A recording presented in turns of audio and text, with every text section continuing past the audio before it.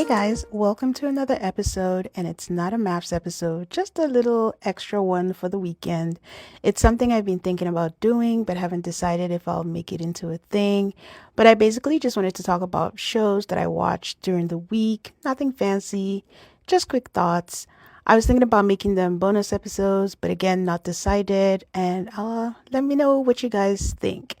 So, what did I get into this week? I will start with House of Villains. This airs on E and it's on its second season. I really enjoyed the first season and I'm also enjoying the second season. I think they're only about 4 episodes in, and I think they actually have actual villains this season. They have Richard Hatch, the first winner of Survivor. They have Safari from how many Love and Hip Hop franchises. Like, he's an actual villain. They have Candy Muse from Drag Race, who is an actual villain. I don't know. I don't know where people stand, but I have just never enjoyed Candy Muse, even on Drag Race. Like, you know how you could enjoy a villain? We all have villains that we love to hate. I just don't, it always seems so put on. And this season, I think Larsa came in late from the Real Housewives of Miami, and there's a scene where Candy's just yelling at her and going off on her, and it seems so put on, like you almost know that you're on TV and you want to make sure that you're showing people that you're a villain. I say this all the time and I'll say it till I'm blue in the face. Sometimes just be yourself. Like, Safari is corny. We all say that. And Safari is always just being himself, and it's still entertaining even when he's being a dick. So my problem is not being a villain. It's just, if you're a villain, just be a villain. You don't need to put it on. Wes from The Challenge is also there, who's also one of my favorite people, and he's playing it like he's on the challenge. So far so good. Everybody can tell what he's doing, but I'm also enjoying him. It'll be interesting to see Teresa from the Housewives is there. I think it was a poor choice of housewives. They have Teresa and they have Larsa, who are on their own kind of boring and overrated as far as I'm concerned. But it's doing what it's supposed to do, and I'm enjoying it. I don't know how many people watch it, because I don't know if people still watch shows that are like on E or MTV and things like that. So yeah. So if you're not watching, I do recommend it, but I also understand that it may not be everyone's cup of tea. But speaking of shows that are not in like popular channels, I don't know if any of you watch The Anonymous. The best way to describe it, it's kind of like the show on Netflix, The Circle, where they have people playing under avatars. They all live together in a house. It's a competition reality show. They all live together in a house, and every now and then they go into a room and they get to communicate, but you don't know who's communicating. And then you guess who, try to match the avatars with people, and if you guess the highest, the number of people correctly, and you're the highest, you get to be the anonymous and you get to vote people out. They get to nominate people and vote them out. It sounds complicated. It's not that complicated. I'm probably just doing a bad job of explaining it.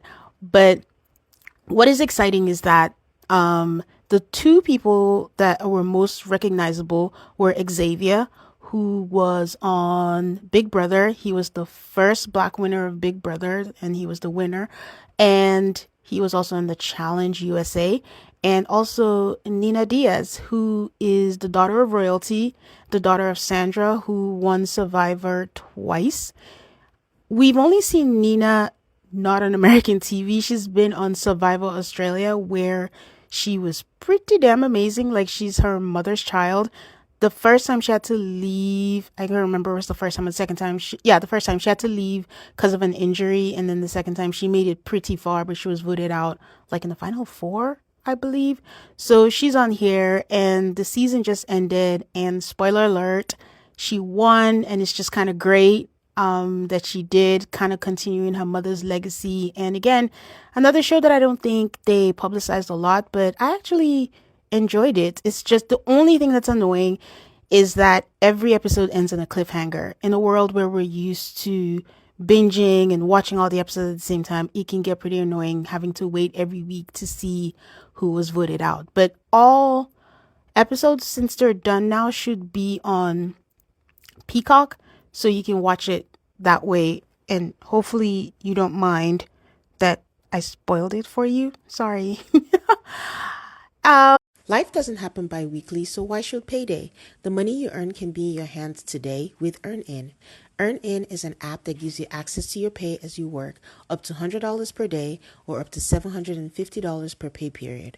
Just download the EarnIn app and verify your paycheck. Then access up to $100 a day as you work and leave an optional tip. Any money you access plus tips are automatically repaid from your next paycheck. Whether it's a special gift for a loved one or needing help early with rent this month, make EarnIn a part of your financial routine and join EarnIn's over 3.5 million customers who say things like, when I think about EarnIn, I think about financial stability and security. It gives me a lot of peace of mind. Download EarnIn today, spelled EARNIN, in the Google Play or Apple App Store. When you download the EarnIn app, type in Altar Call under podcast. When you sign up, it'll really help the show. That's Altar Call under podcast. Subject to your available earnings, location, daily max, and pay period max. See earnin.com/TOS for details. EarnIn is a financial technology company, not a bank. Bank products are issued by Evolve Bank and Trust, member FDIC. And what's the next show? Coming from America is a show that is on HBO Max. Is it HBO Max or is it just Max? And again, I don't know if anyone's watching this show. I think this was filmed a long time ago because people are still wearing masks in this. This is about American families, mostly, actually, they're all Black families who decide that they want to move to Africa for a different life. And it showcases 3 families and shows their different reasons why they moved. They have the Kelly family, I believe, who moved to Zambia because the dad got a job in Zambia, a teaching job. So now the dad is white and his wife is Black of Jamaican descent. So they're an interracial couple. And they moved over there and they're just, trying to decide if this is a life that works for them. His contract is for 2 years. So their perspective is different. Then they have I'm not going to say their name wrong, but there's a family. They're all comedians. And they decided they want to take their comedy to Ghana to see if they could live a different life. And they moved from Brooklyn, New York, some place in New York. And when I say a family of comedians, I mean from the dad to the youngest, who looks like about 7, they all do comedy. And the interesting part is that the mom and dad are separated, but she still decided to move along with all their savings, and they're trying to rekindle their marriage and all that stuff.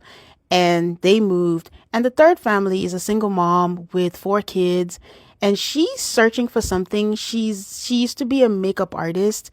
And she says she's an Emmy Award winning makeup artist, and she's also a Reiki master.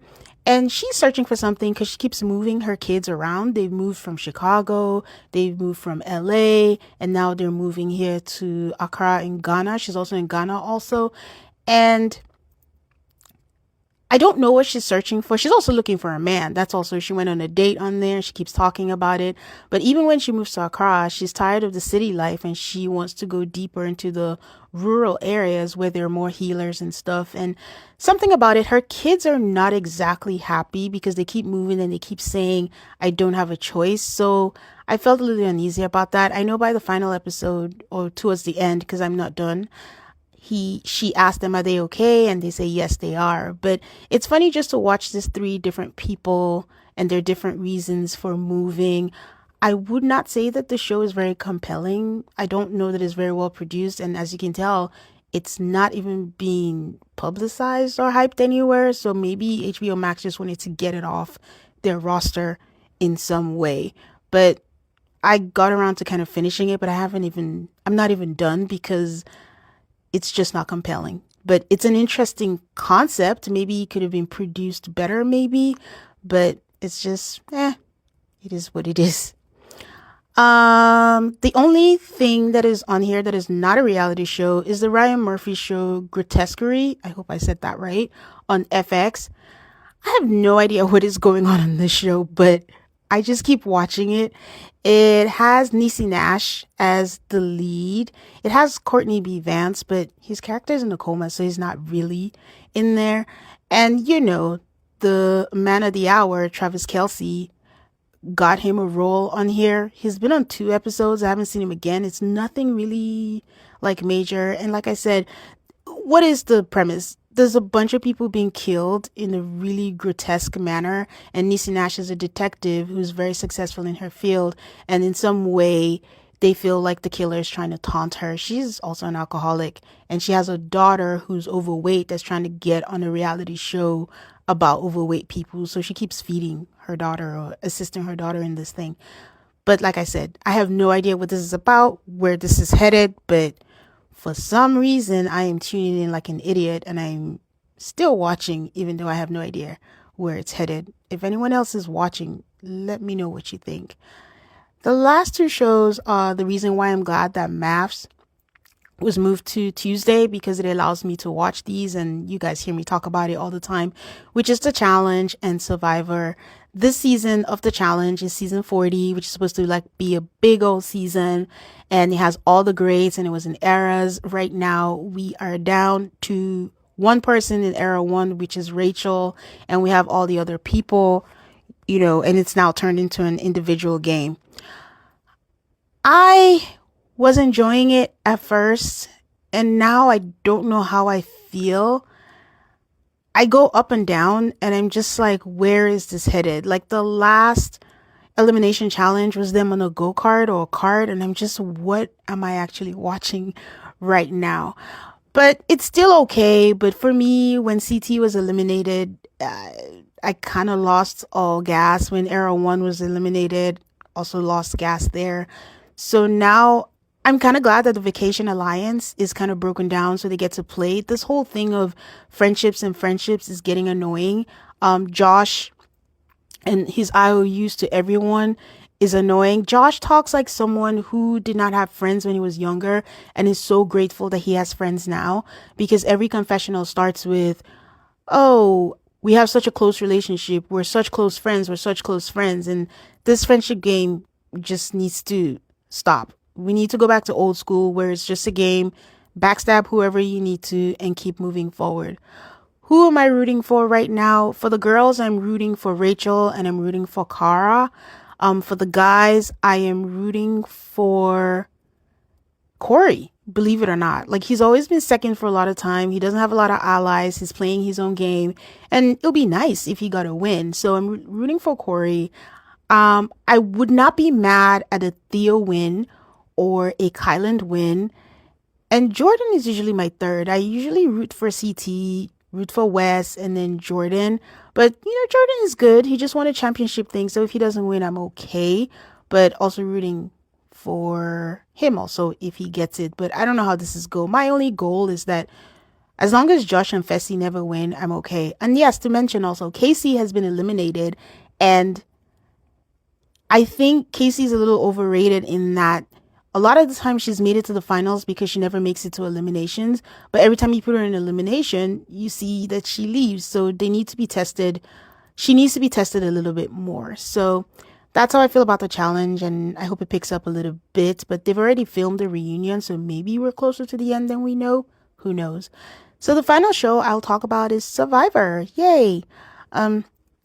The last few seasons have been a doozy, especially last season. But this season, I'm actually really enjoying.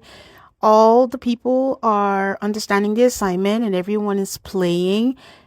So glad about whoever was voted out last week. I don't want to spoil it for in case you haven't caught up if you're watching. But the person had to go. Like, that was just, yes, it's a game, but there are lines to how you play it, and who doesn't love a good blindside? It was a great blindside. I love it.